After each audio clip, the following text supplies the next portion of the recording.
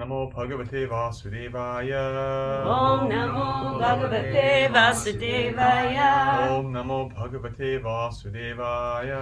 Om Namo Bhagavate Vasudevaya. Om Namo Bhagavate Vasudevaya. Om Namo Bhagavate Vasudevaya.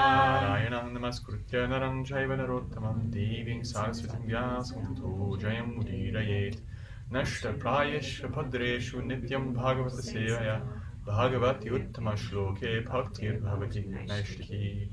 Reading from the Srimad Bhagavatam, Canto 1, Chapter 8, continuing the prayers of Queen Kunti. We read that.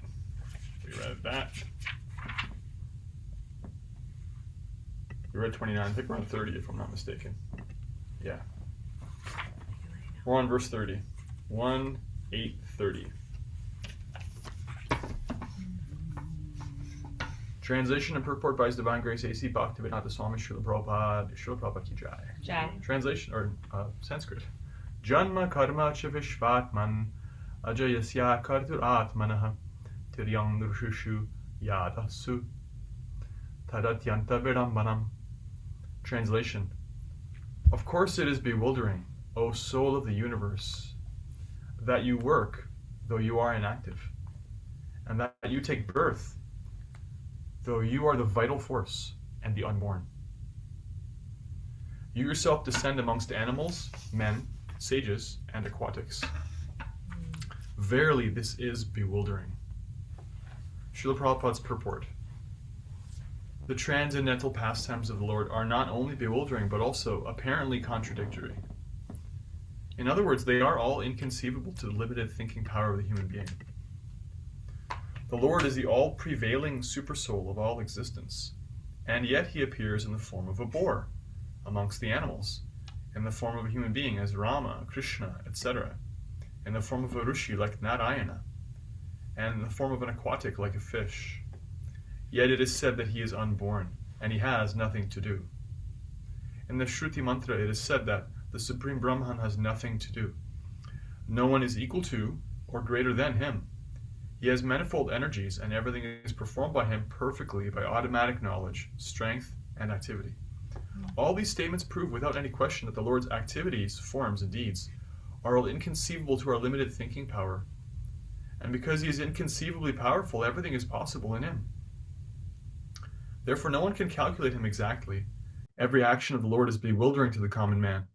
He cannot be understood by the Vedic knowledge, but he can be easily understood by the pure devotees, because they are intimately related with him. The devotees therefore know that although he appears amongst the animals, he is not an animal, nor a man, nor a rishi, nor a fish. He is eternally the Supreme Lord in all circumstances. Srimad Bhagavatam Ki Jai. Jai. Om Jnana Timirantasya Jnananjana Shalakaya Chakshurunmilitam Yena Tasmai Shri Gurave Namaha. Nama Om Vishnu Padaya Krishna Peshtaya Bhutale Srimate Bhaktivedanta Swamin Niti Namine. Namaste Saraswati Deve Gauravani Pracharane Nirvishesha Shunyavadi Paschatya Deshatarane Vacha Kalpatarupyascha Kripa Sindhupya Evacha Patitanam Bhavanebhyo Vaishnavebhyo Namo Namaha.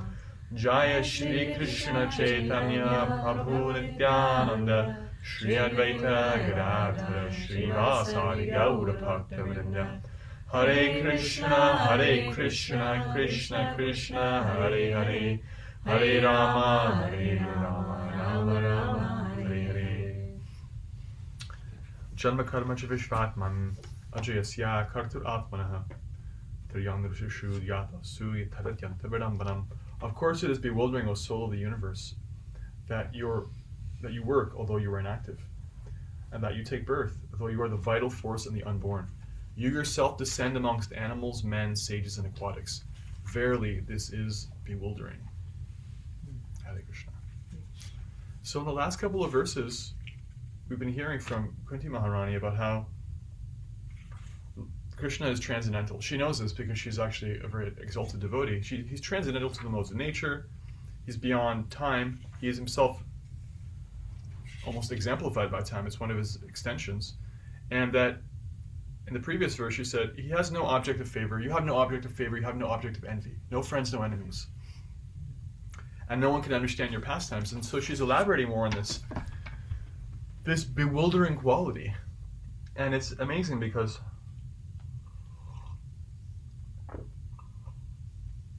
we may think, well, she's a great devotee, so she should understand him completely. And there's a sense like, well, okay, I don't understand him now, but eventually I will.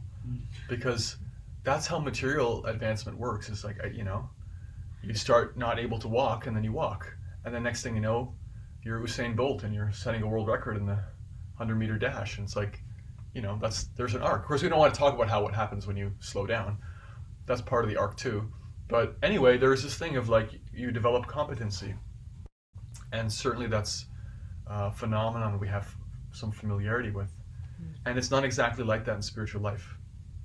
It's not that by study and application of ourselves we actually come to master this topic of Krishna consciousness, because it's not an abstract thing, it's a person. Krishna is a person, as much as we're persons. And the beautiful thing about that is that persons are actually mysterious and deep, and they can't really be captured. They're the most complicated part of any system. I have a friend who studied pharmacy for many years, and he said the most complicated and difficult part of pharmacy is dealing with the unwillingness of the patient to take the medicine the way they're told to, because people are complicated. And especially when they're free from the modes of nature, they really start to show some depth, and not just like the scripts that they're playing out because of their karma. And what to speak of Krishna, who is himself the source of the modes of nature and utterly transcendental to them. He's actually incredibly deep and rich and beautiful. And so he's complicated and bewildering, even to a great soul, a liberated soul, a soul in love with him, like Kunti. So she's saying here that, isn't it amazing that you're inactive, but you work? That you're the unborn, but you take birth, right? And Prabhupada paraphrases a verse from the, forget which Upanishad, Latasya karyam karanam ch vidyate, nesvabhavish chatma drisham ch vidyate, swapa parasya shaktir vividhai vishrite, swabhava jnana bala kriyacha. That he says in his own words in English what that verse means, which is that the Supreme Brahman has nothing to do. And yet everything is being done, right? It's being done on his behalf by his energies. So there's this way in which, although he's not actually ever doing anything, he's doing everything. And in a sense, no one else is ever doing anything. It's only him. So all these contradictions are there, especially in the Upanishadic texts. We see in the Isha Upanishad that's there. He's very close, he's very near, but he's very far away as well. He is unapproachable, even by the great demigods. He's not moving, but he's actually moving so fast you can't catch up to him. These contradictions are there because Krishna is himself, in a sense, contradictory.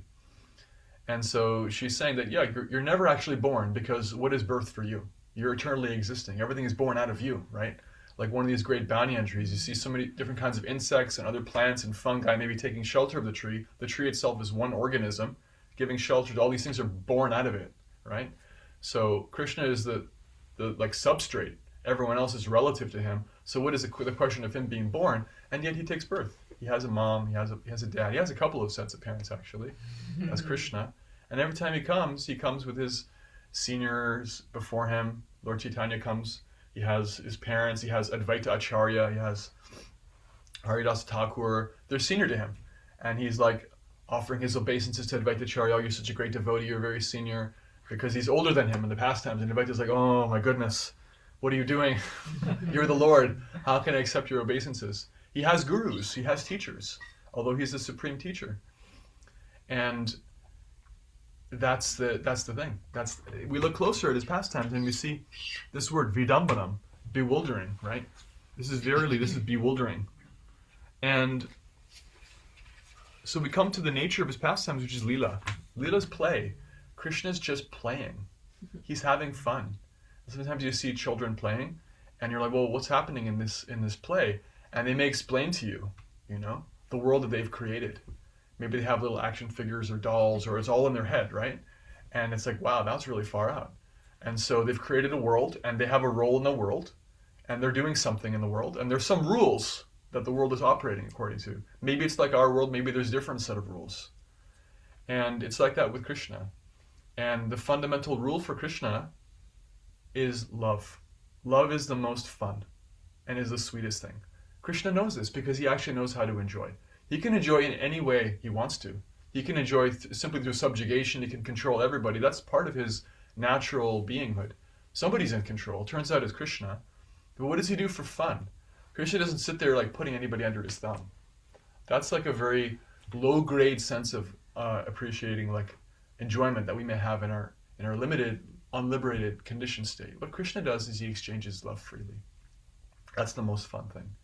Because as much as Krishna is bewildering, it's also bewildering for him to be experiencing the depth of another person and to be in love.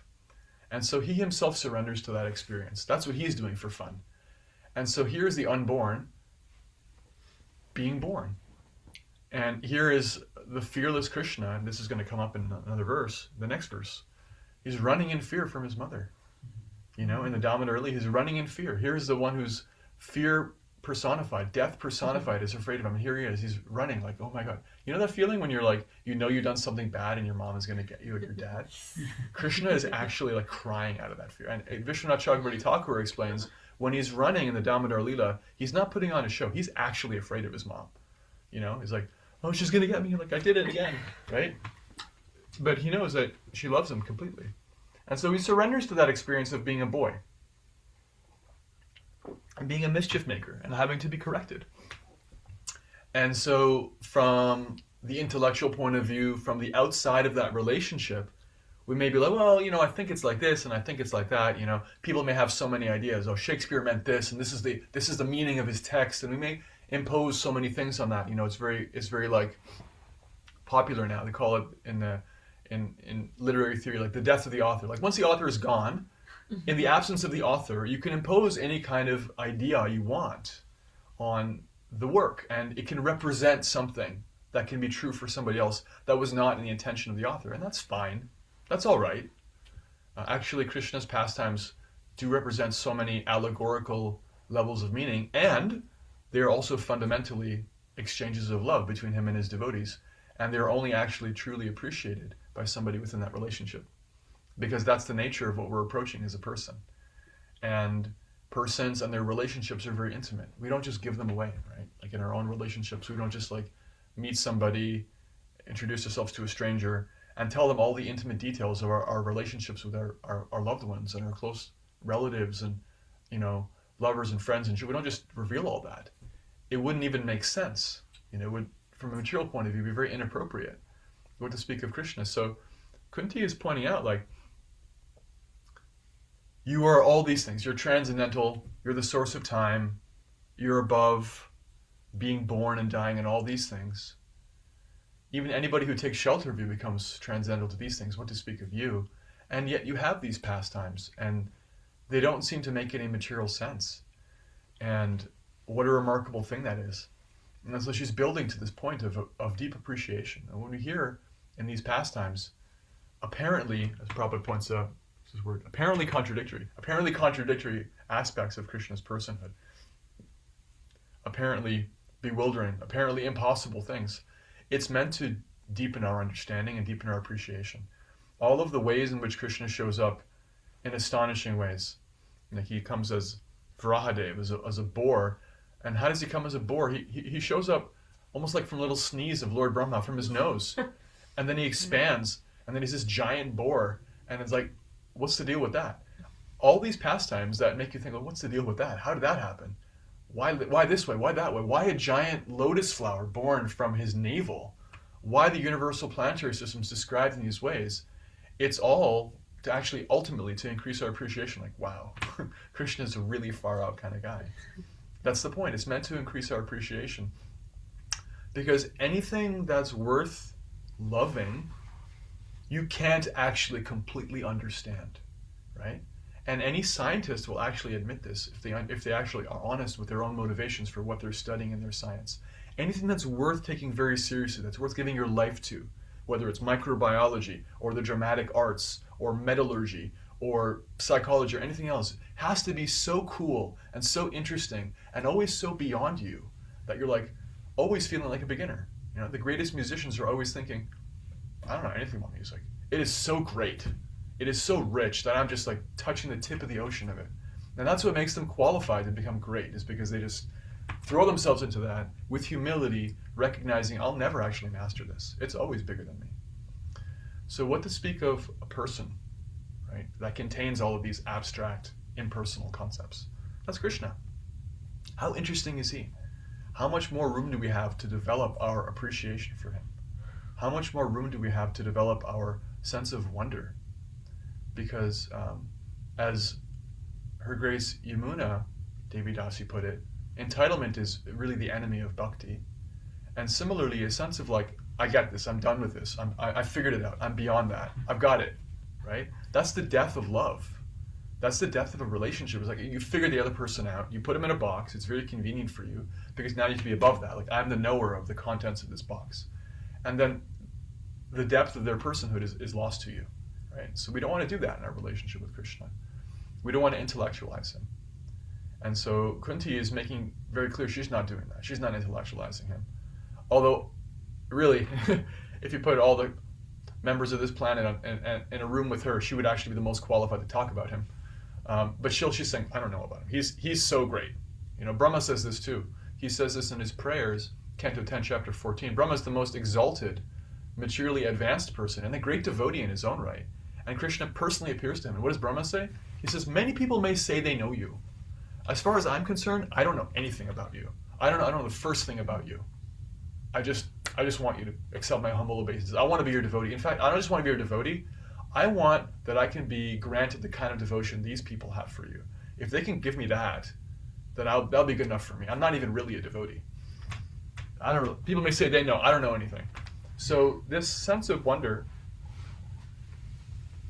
this sense of appreciation, is a good thing to cultivate, and it's a good thing to watch for, that we don't have any encroaching mood of either entitlement or, yeah, I got there. Like I've crossed the finish line. I'm advanced now. I'm liberated now. I get Krishna now. I'm there now.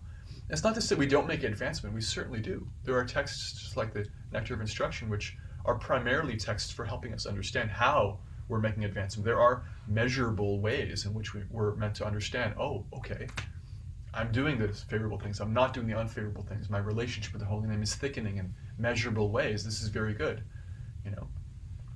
And yet, there's no finish line. We don't have that in material life. Material life, everything has a finish line. Even if you're like working on that great symphony, there's a finish line called death. And so there's like a beginning and an ending. We're used to that kind of math. And so we want to kind of get used to stepping outside of that. Our progress in bhakti in this life is not starting from zero. It started from wherever it ended last time. And at the end of this life, it doesn't end. It goes on. And Krishna doesn't begin, he doesn't end. He goes on. He's ever expanding. And our capacity for being blown away by him and amazed by him and falling more and more in love with him also doesn't have to end, unless we choose to end it with temporarily with our own sense of entitlement or what have you. The three words that end any process or any progress of growth is, I know that. I know that. So we don't want to do that. We want to be careful not to limit him or try to put Krishna in a box. And we can see that over the course of human history, the very idea of a deity has been subject to so many social and psychological and political and individual points of view, to the point where it's hilarious. It's just so amusing that we even conceive of a person who's transcendental and we say, but he's actually just like this. He's only like this. He's only available in this language. If you don't worship him in this way, you're missing the point. He's only available. Like, really? So Krishna is actually beyond such things. And he's a person. And that also leaves room too, by the way, for there to be preferences. Someone may say, like, well, how can Krishna have such affection for the cow? Or why is it that he has such affection for the cow but not for the donkey? Why does he have special affection for the cow? So, well, okay, but if Krishna is a person, why wouldn't he be able to? Why would we say he couldn't? Why do we say that? No, I prefer cats, and so therefore I think we should have cat protection instead of cow protection as a fundamental part of human dharma. Who are we to say that we can supplant his own personal choice? It's like, why couldn't he? Why couldn't he prefer that cows be protected? Why couldn't he invest a certain potency in that? That if you actually go out of your way to take care of a cow, your heart becomes soft. Not to say that it never happens in protecting any form of animal. That's also part of human dharma. But he can have his preferences, and he does. He plays the flute. He goes out of his way to play the flute. He can play any instrument. And in other pastimes, I'm sure he does, but he likes to play the flute. So there it is. And we leave room for that. And it makes it delicious. Because Krishna is not doing everything at the same time. He's choosing to play the flute. He's choosing to take care of cows. He's choosing to run in fear from his mother. And whatever he's doing in the pastime, we can become intoxicated by that. And this is advancing beyond the stage of like, a sage or a rishi who Krishna can do anything and the Supreme Brahman is all pervading and he's the inside and outside and there's no personhood. It's like beyond that is actually something deeper, is that he is a person. And he does have choices and he has preferences and he has relationships and he has lovers and friends and songs he sings. And what's happening in that world? That's what we want to know. And so these verses and these purports are offering us an invitation to that place that's beyond guessing and beyond calculation, and you can't crash that party. Mm-hmm. But the experiences that are happening in that room, in that party, that's worth the work. That's worth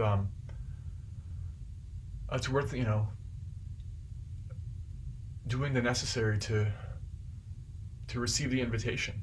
It's like, it's one thing to come out of the cold and be left in a warm lobby of an apartment. Okay, I'm out of the blizzard. It's another thing to understand there may be actually pastimes. There are other people happening inside this apartment.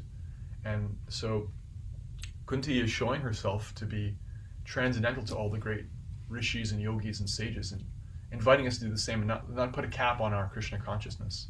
Not say we've got that, we've finished it. We can figure it out with our own intelligence. The yogis try to do that.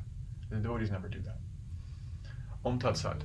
So those are some thoughts on Krishna and his bewildering nature and how it's meant to increase our appreciating capacity, and how even the materialists and the scientists, they're always, if they're really good at what they do, they're always recognizing the greatness of their own field as bigger than them and putting a limit on their own capacity, never saying I can get there, or I've gotten there and I've figured it out. And there's some discussions on the nature of personhood and how persons are complicated and beautiful. And therefore Krishna is the most complicated, most beautiful. Now let's take any reflections. It means anything you heard that stood out, or comments. Questions are great too. Thank you so much for a very delightful classroom. I really appreciate this, and especially I think this must be the first class from you that I'm hearing now after all these years. So I'm very grateful to you for that, and for choosing to take the journey that you have taken. Hare Krishna. So thank you very much. A few things that stood out is that Krishna is where all the contradictions become harmonious. Right.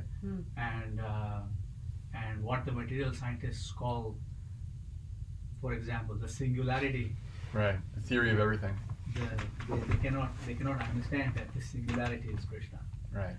And another observation was that the death of the author methodology cannot be adopted to the Vedic scriptures, because the author of the Vedic scriptures is still living. Yes. And will eternally live. And if we are qualified to, we can meet him in Badrikashram, as has been demonstrated by some of our acharyas. Right. Yeah, Sri Vyasadeva is still there. He's still there with Madhvacharya, and all of our acharyas still, many of our acharyas still living. And so that was another thing that stood out. And the third thing that stood out is that, what to speak of Krishna, every single person is so complex. And what you said was really, really very cool, is that they are complex and unpredictable as long as they have escaped the modes of material nature. Yeah. Then their complexity begins to show. And Krishna does not know the service that a pure devotee is going to render. He's genuinely surprised by the love of his. And therefore he's grateful. You can't be grateful if you know everything. Yeah, you can't. Yeah, he doesn't know what some devotee is going to make for him for their pure devotee. Thank you. Well, first of all, I'll say that Mahabhagavat Prabhu and Rudikeshwari Prabhu, they've known me for a long time. You were there in the temple in Toronto when I first came in on Balaram Purnima in 2010, I think. Yeah. And I was chanting at that point like 2 rounds a day. And, so whatever I've made of myself in Krishna consciousness, whatever good of it is there is only because devotees like you have patiently been feeding me spiritual wisdom and prasadam and everything else, and care and attention, and driving me home after Sunday feast. So I could actually, come every Sunday and everything. So we're just grateful to you that we can render some service to this parampara. And remind me that last point you said. Yeah, persons are complicated. Are complex as long as they have. You said that. Yeah.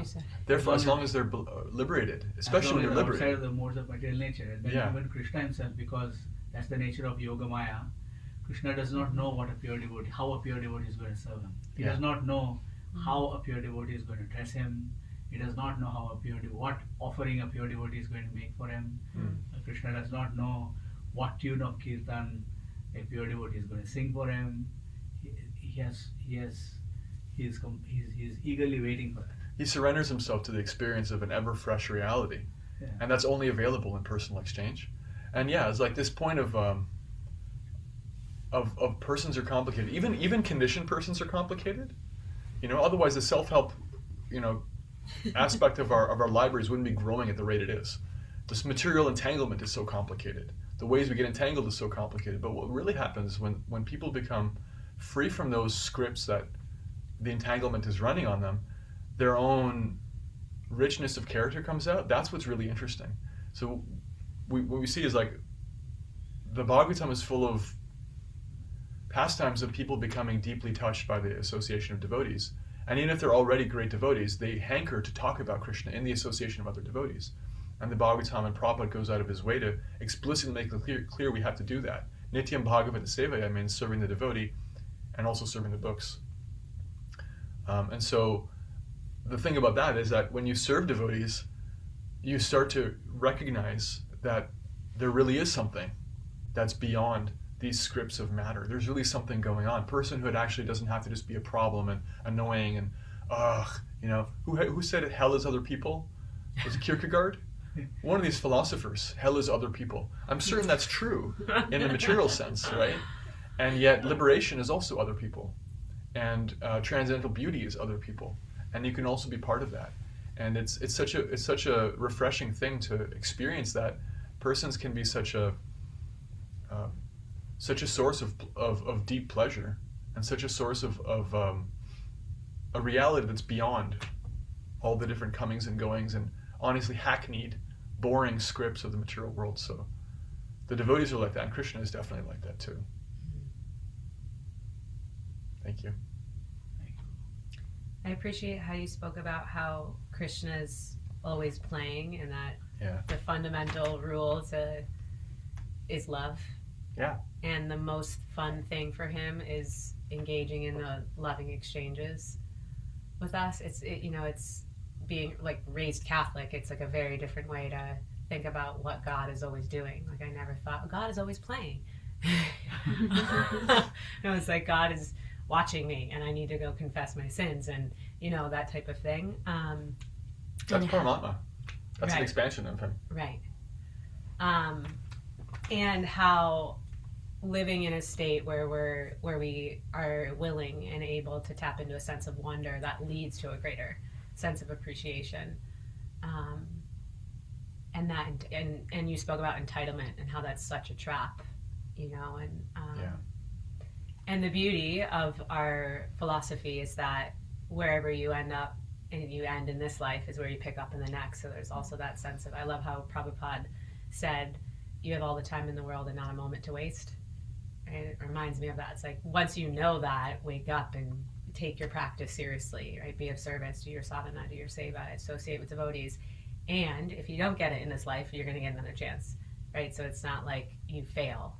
Yeah. There's no failing in that way.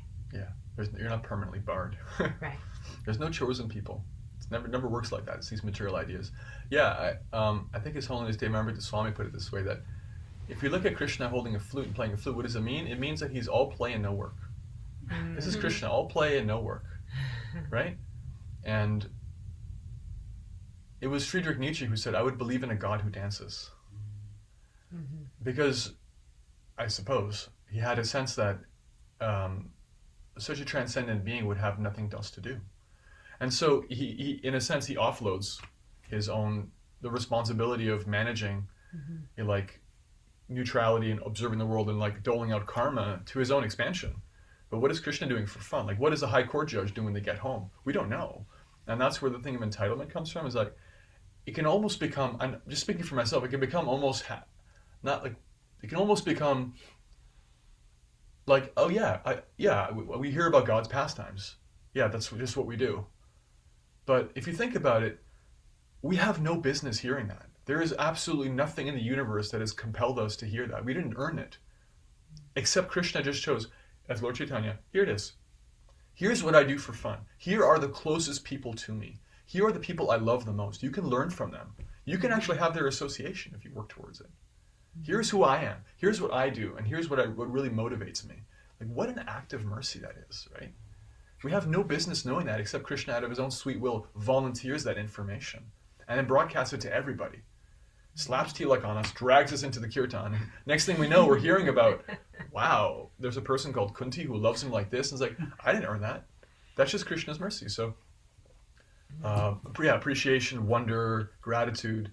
These are the ways we can protect against, boredom or entitlement.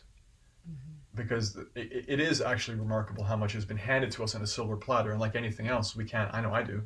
Just come to be like, yeah, ho hum. Got to get in the kirtan again. Poor me. I'm so bored. Got to like listen to the shastra, and then if you actually do it with a little attention, you're realizing this is real life. Everything else is just like our job affirmation. Yeah, like our job affirmation. Thank you. Thank you. More reflections.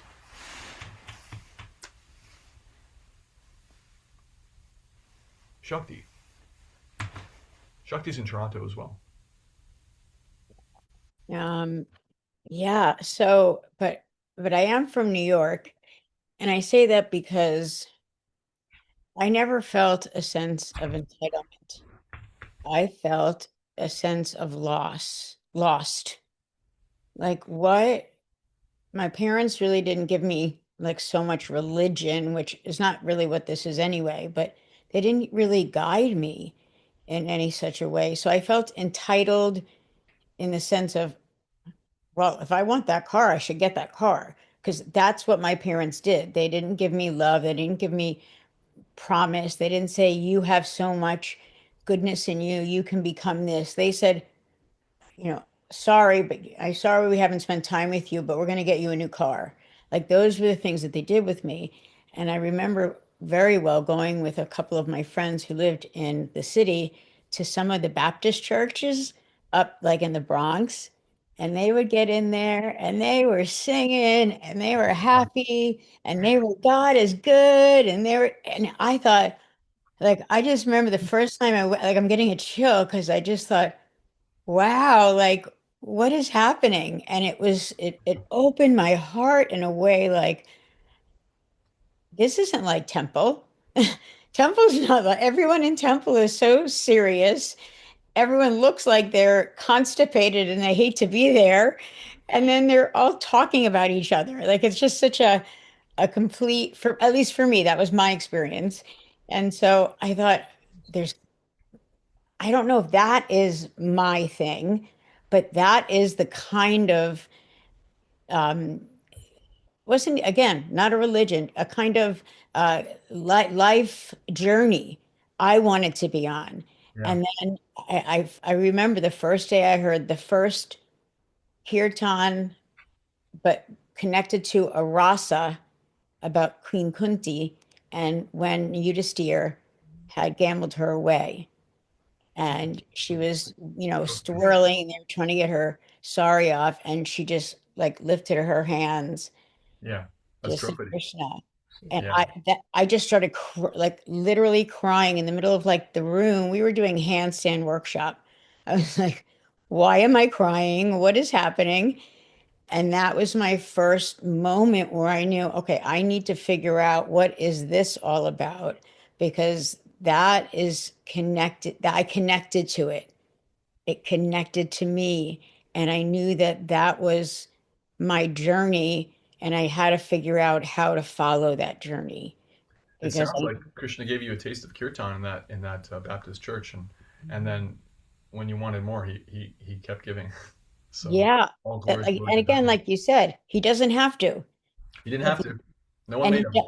but he does, and then as I learned and I got to meet all of you guys, and I mean, this has really been my home, to be honest, for a long time, and I'm so grateful for it. But like listening to all the rasas and all the stories, and it really helps, like when Tanya or Nancy or anybody who's on here gives their reflections. I'm like, oh, yeah, like I didn't think of that. So it's really this interactive nature of what you guys are offering.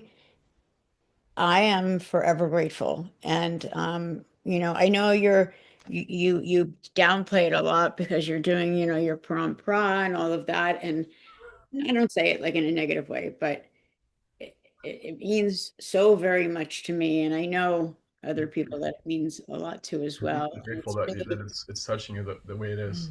Thank you so much for saying that. Yeah, I don't want to downplay it. I think it's an amazing and miraculous thing.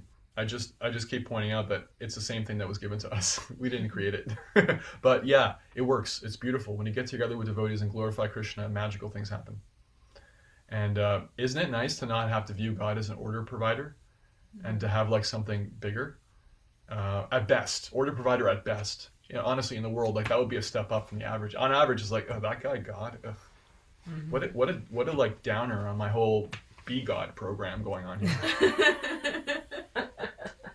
Thank you. Madhuri Gopi has her hand up. Go ahead. Good morning. Hare Krishna. Adi. Krishna. Um, you said so many beautiful things, but you said one thing that completely like opened my eyes a little bit further. And you said the moment that we say, I know that, it limits our growth. And I really, really appreciated that, um, you know, not just from a devotional place, but from like a life growing place.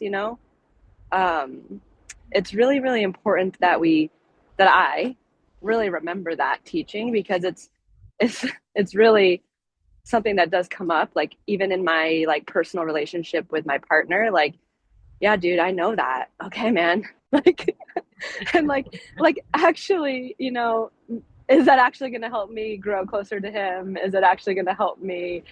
So I really appreciated that reminder for like, and in my bhakti, like sometimes I feel like in my bhakti, like I don't know enough. It's like the opposite of that. It's like, oh, I don't know anything. And so sometimes I just feel like it's really helpful to like remember this like balance of humility and knowledge and wisdom. And I really, really appreciated that touching sentiment today. So thank you so much. Hi. Thank you. Yeah. 3 words that block all progress. I know that. Nancy. I wanted to add on to that because that was so. Thank you so much. First, thank you so much for all your gifts. The idea that love becomes barren. When I love that expression, I love that love. It becomes barren if indeed I think I know. And I started thinking that therefore I try to become the controller of the people around me that I quote love. And I have these expectations and these judgments that you're supposed to do this now, and then why aren't you doing that? And all of a sudden, there's no longer love. It becomes this transactional, Definitely. and yeah. And then I was raised Methodist and always wanted to be Baptist. Shakti. and and when I came into recovery, and my sponsor trying to break me of the pattern of what I thought God was, and this is why it was sort of laughed. he had me envision a box and to put everything I could ever conceive of into this box. And I spent some time putting the multiverses and people and animals, everything into this, anything I could think of into this bit box. And then I spent time then at his suggestion of taking out the things that I didn't want God to be. So I began to really have my personal association with God first by understanding what I didn't want God to be. God is not this to me, not what God was, but this. And then years later, when I started to read the Bhagavad Gita, I was like, oh my gosh, Krishna's my box. So when you said don't put Christian in a box, I was like, oh yeah, well maybe I got to broaden that a little bit. But it's still the intention of not having the wonder, being able to always, look at whatever's happening in my life as a Krishna's mercy helps me to not become jaded and not to take for granted what Krishna has given me. So thank you so very much for today. Thank you. Yeah, sometimes when you hear the objections of an atheistic point of view, if you break it down, they're talking about what it actually works out to often is that they don't believe in a God that's like this or this God or that God. And if one were to have a reasonable discussion with such a person, one could actually come to the point of saying, I don't believe in such a God either. I agree with you. Their objections are based on like what you're saying. Like, I don't want God to be like this. I don't want to worship a God who just throws people into unlimited eternal torment forever. Yeah, we don't do that either. I don't do that either. I've definitely not signed up for such a thing. I'm not into that. And so these limited conceptions are often just based on unresolved issues people have with either the material form that religion takes or their own personal level of attachment. I've quoted this verse many times, but in the Bhagavad Gita, Vitaraga Paya Krodha Manmaya Mam Upashrita, 4th chapter of Bhagavad Gita, Krishna says, many people in the past have come to me by giving up attachment, fear, and anger.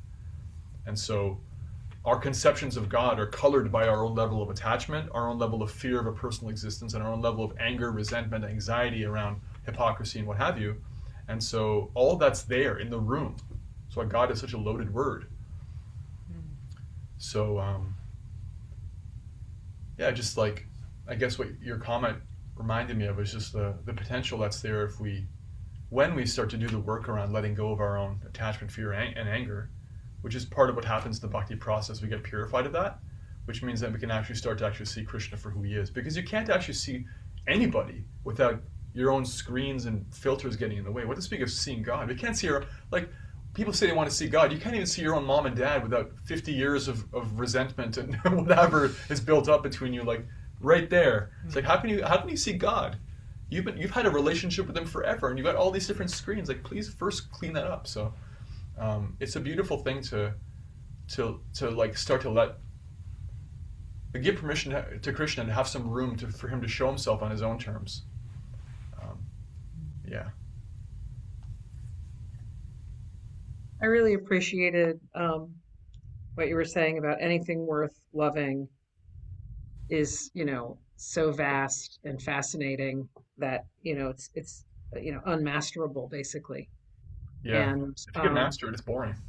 right. And that's kind of how I feel about, stepping into, by happenstance that I met bhaktis and, like I put my toe in this water and, 6 years ago, and I still feel like I haven't even begun to read all the things and understand anything. And, I just feel so, I don't know, young in my learning of it. And it's just so fascinating. And I know that there's absolutely no end to the learning that's available. And that's wild. I also appreciated, the comment that you can't be grateful if you know everything. And again, that's that humility of, sure, we all know a lot of things, but what we know is like a grain of sand as or even smaller than that when it comes to the all the universe of what we could know, and especially when it comes to learning about bhakti and God. I heard once that maybe you can help me understand this is true, that in the line of Madhva, they don't actually talk about the Brahma Vimohana Lila, how Brahma becomes bewildered. Because he's the Samstaka Acharya, he established the line. He's the, in Madhva's line, Brahma was the first devotee, right? So what happened in that pastime is Brahma gets humbled. He gets really humbled. And so I heard that they don't like to talk about that pastime, as if it's saying that, oh, Brahma really, made a bit of a fool of himself. But I look at it very differently. I think that was the high point for him. Because when Brahma realized, when Krishna let him see how many steps ahead of him he is, and Brahma said what he said, when I quoted earlier, people may think they know you, Krishna, but I don't know anything. That is such a high watermark for devotion.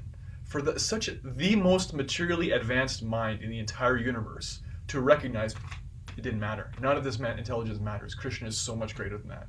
That is such a... If I can be so humble and let go of my attachments, that the most advanced person can let go of their attachments in the face of Krishna's greatness, what an inspiration. So I was reminded of that because I forget why, but something you said reminded me of this. Remind me of what your point was again. Be grateful without humility. Yeah. You can't be grateful if you know everything. If you know everything. And he really showed that. He really showed letting go of his role as the great, secondary creator of the universe and just being blown away by Krishna. The Madhvas don't talk about that publicly. Don't talk about publicly. Yeah. Because they're very careful about, just like we don't talk about the Rasa Leela publicly. Ah. So they do recognize it's a very deep thing. It's a very deep and confidential thing. Okay.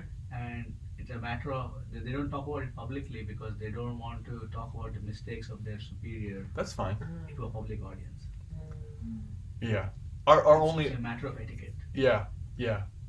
That's fair. I mean, it's nice to respect the feelings of your superiors for sure. I guess we're doing it on the basis that Lord Chaitanya asked us to spread this Bhagavatam everywhere. Yes, he did. So I think that what my spiritual master, when I asked him about this, what my spiritual master told me was that the current of prema started at Lord Brahma, but was hidden, went underground till Madhavendra Puri brought it back up. Right. So therefore we talk about these things from that perspective. Whereas before Madhavendra Puri, they don't discuss certain things. Yeah.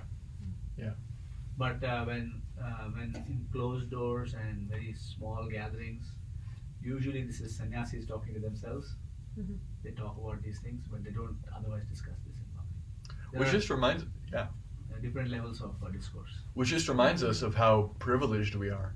Oh yeah. That we have the Krishna book, just handed to us, and the Bhagavatam, and here we are. I don't know the first thing about material rasa, and I'm being offered, Kunti's love for Krishna and Brahma's love for Krishna, and what to speak of the gopis. It's it's very high. It's very high. It's incredible. Yeah. Any other reflections, questions, comments online or Martin? Anything? Yeah, I'm trying to but trying to understand. I don't want to speak for all humans, but for me personally, why do we?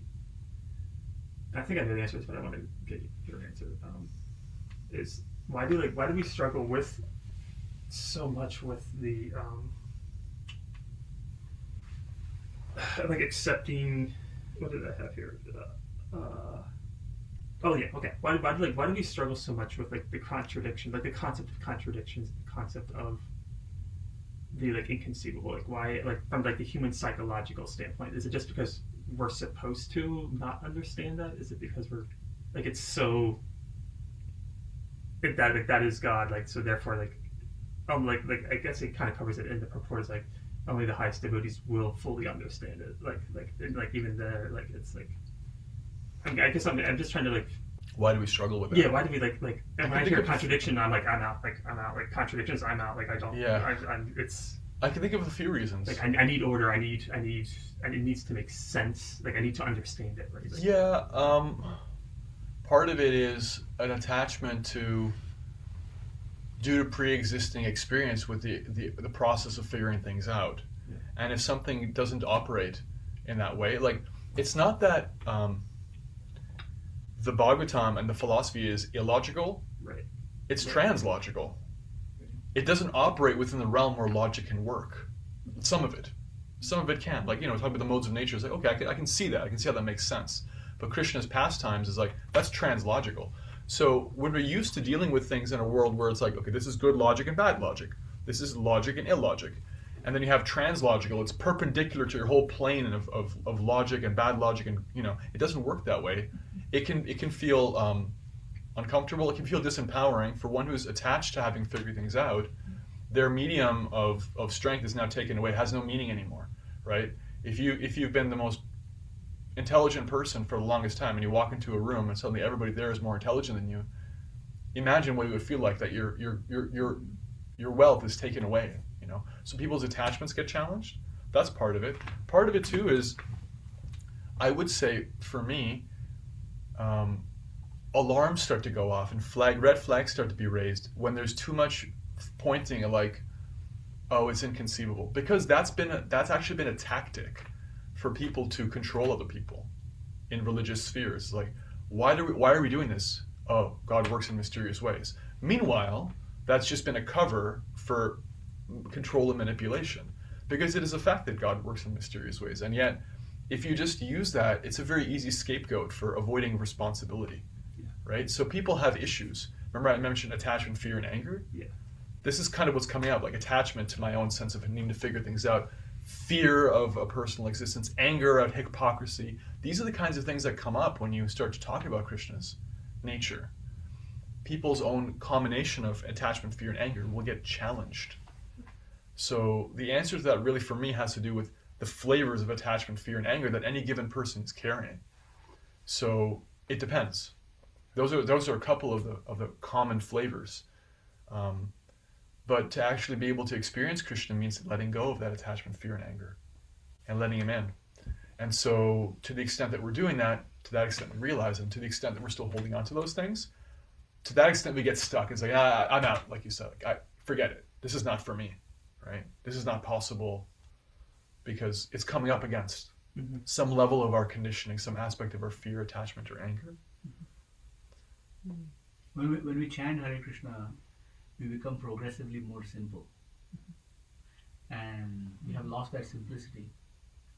And therefore we feel like we have to know everything. We have no trust.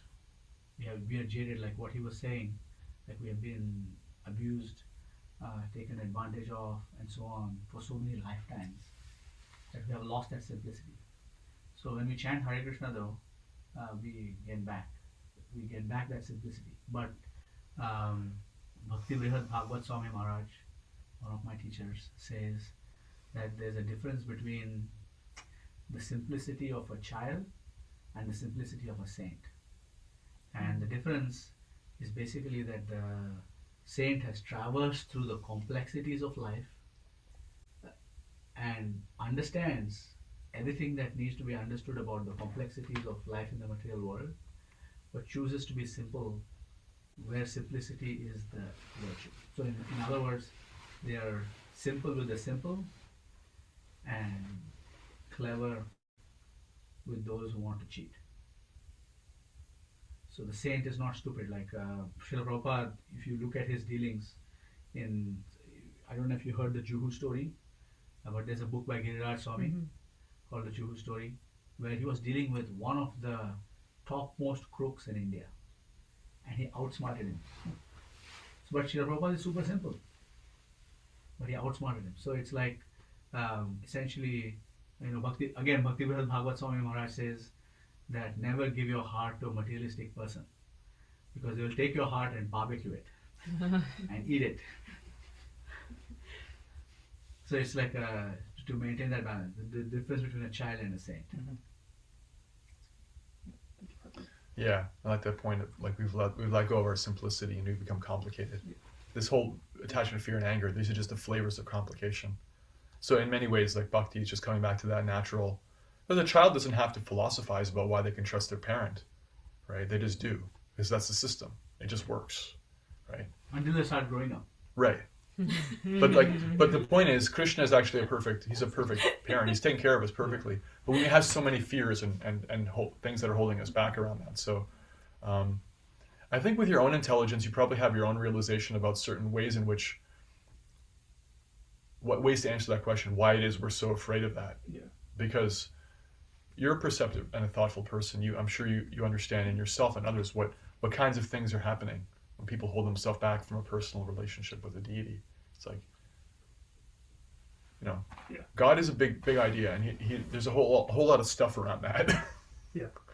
And attachment, fear, and anger. Yeah. That's kind of, it's great. Yeah. Thank you. There's always kirtan and prasad. Yeah. Yeah. Thank you. All right. I think anyone else? Anything else?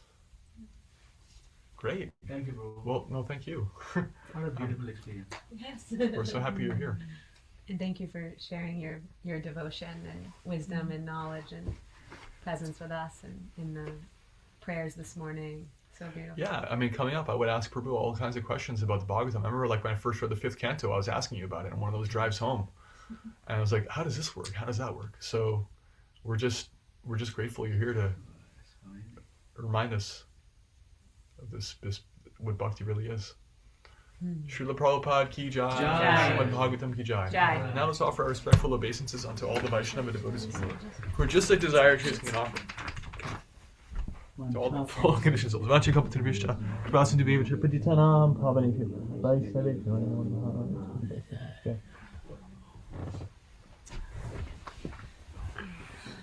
Thank you, everyone, for joining Thanks, everyone. us.